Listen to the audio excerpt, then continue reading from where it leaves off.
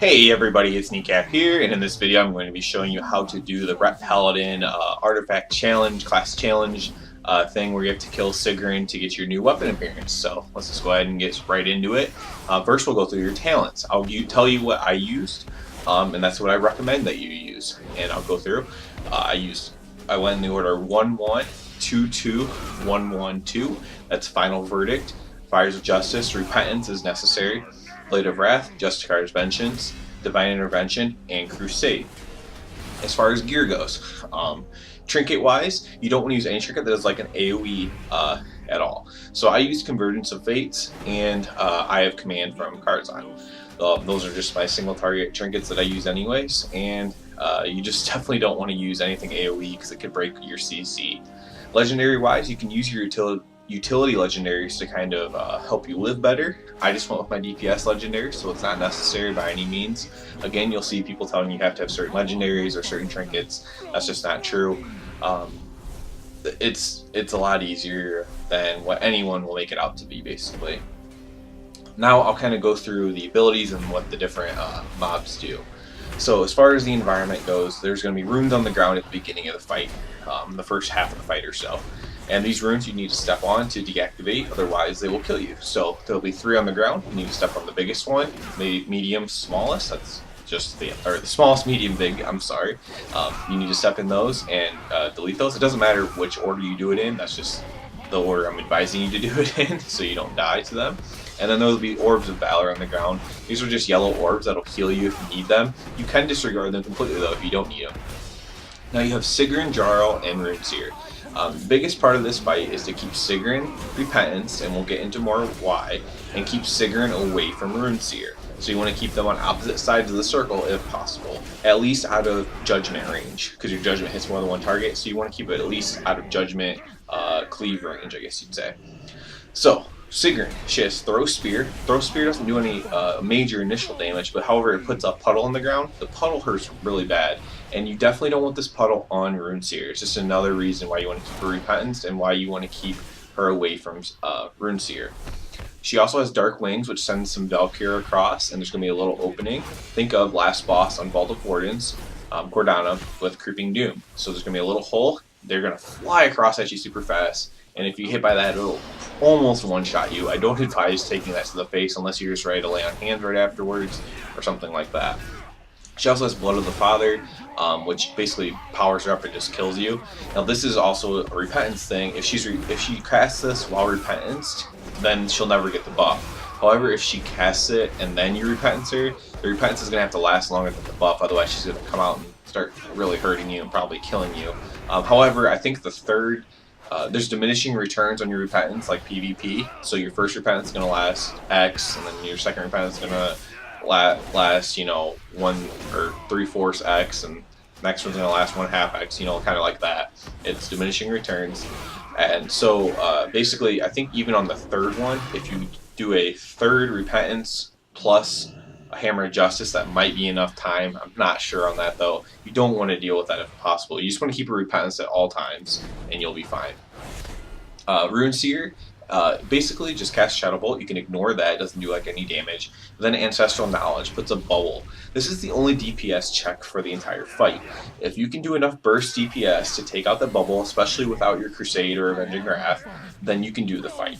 So you're going to burst through this bubble and then you're going to interrupt. Now you still have to worry about the other abilities while doing this. A lot of times the game's nice to you and doesn't have too many difficult abilities happening, but there might be like a Charge Across, a Dark Wings happening, so you might have to leave for a second. So you need to be able to get the bubble down, I would say, in about half to 3/4 of the time that they cast the one-shot ability.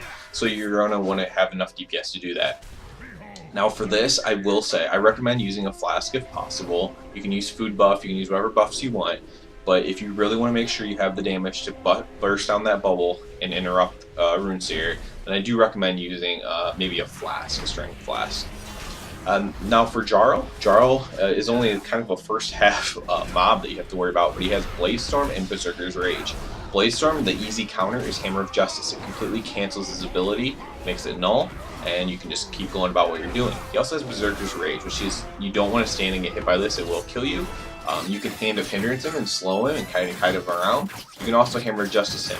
I would only hammer justice him during Berserker's Rage if he's standing near a rune and you need to hit a rune, and you don't want to take damage from him while you're running through. I would hammer justice him possibly at that point.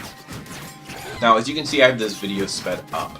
Now, why is this? Once you get about halfway through the fight, or one of them to about 50%, I think it's even higher than that, all of a sudden Jarl's abilities will go away and the environmental abilities will go away as well.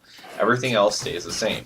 So, what's going to happen is, as long as you have Sigrun Sapped or Repentance, she's not going to have any abilities except for Dark Wings, because she can do that while she's sapped. And then Runeseer is going to do his ability with the Bubble. And it's just going to go back and forth between Bubble and Dark Wings. And you're just going to have to make sure that you keep avoiding it, and you keep Sigrun Repentance at all times. As much as you can. There's going to be short times where you can't have her Repentance because of diminishing returns. And I'll give you a little bit of a trick that I use on the charge or on the Dark Wings is I kind of go closer to the Valkyrie that are charging across to the hole, just to kind of make sure that I'm going to be in that hole. Sometimes a couple times I thought I was in the hole and I was further away and it ended up killing me, so that's not fun at all. Also, try to save your lay on hands for a moment where you really need it. If you use Divine Intervention, your bubble will pop on its own, but don't use your bubble if you don't have to, basically, if you're using that talent. The last thing I'll say is you don't have to kill these guys all the way. I killed Jarl, and I almost killed Runeseer, and the fight ended. I'm not sure if it's time gated or a certain amount of damage. I'm assuming it's a certain amount of damage you have to do, probably to Sigrun, get her to a certain percentage, and the fight stops. That's what I'm assuming. I don't know that for sure, but I do know you don't have to kill them all. Let me see if there's anything else I can get into. Again, Bladestorm, you can hammer Justice that. To get into Bladestorm more, it does suck you in, so you do want to get out of that sucking in for Jarl's Bladestorm. Again, you want to deal with that in the first half of the fight. Berserker's Rage, I kind of went through that. Ancestral Knowledge, again, just burst through the bubble and interrupt. This is the only DPS check in the fight. Sigrun throws Spear, you can negate that by keeping her CC. Dark Wings, you can't negate that, so you need to get through the hole. That's a very important mechanic. And Blood of the Father, you can negate that by repentencing, or you can interrupt it, or not interrupt it, but stop her from killing you by repentencing. Environmental, you just have the orbs and the runes. Those are self-explanatory, but you just want to make sure that you deal with those. Again, those go away about halfway through the fight as well. If you can get to halfway through the fight, so if you're getting Jarl to like 60%, 55%, you can do the rest of the fight. I promise you, it only gets easier, a little bit more hectic possibly, but it only gets easier. After you finish it, she'll do a little role playing, and she'll send you here to Ayer, and you'll do a little bit more role playing there before you finally do get your appearance. It's not an immediate thing. It's not upon completion that you do get it. I'm trying to think if there's anything else important here. Like I said, keep Sigrun CC'd all the time with Repentance, but keep her away from Runeseer. Do not let the green stuff on the ground get near Runeseer as well. You can kind of work around it. If there's one or two pools, it's fine, but if she's right in the middle of it and you can't get in range to hit Runeseer to get through that bubble, obviously it's just going to be a wipe. My personal experience was, I don't know how many attempts I put into it, probably like 25 to 30. Probably, we'll just say 30. 30 is probably a pretty close estimate. I didn't get it down until I just sat down and decided I was going to get it. So I was just doing 2 or 3 attempts here or there, got frustrated, oh my gosh, I'm so close, and then I just gave up. Be willing to put an hour into it, especially if you're just starting it now. Be willing to put some time into it. Like I said, I used a flask, I used a rune, and I used a food buff. I did not use the drums. You can use drums for a little mini heroism. There's no really great time to use it. There's a couple times, and you'll see as you do the fight, when Sigrun is off of CC and they're all 3 there, sometimes it's good to kind of burst a lot of damage on all 3 of them together. So you'll get sent to Dalaran. You'll talk to Khadgar, you'll empower your weapon in the circle there. My game kind of messed up. And then you'll get the achievement.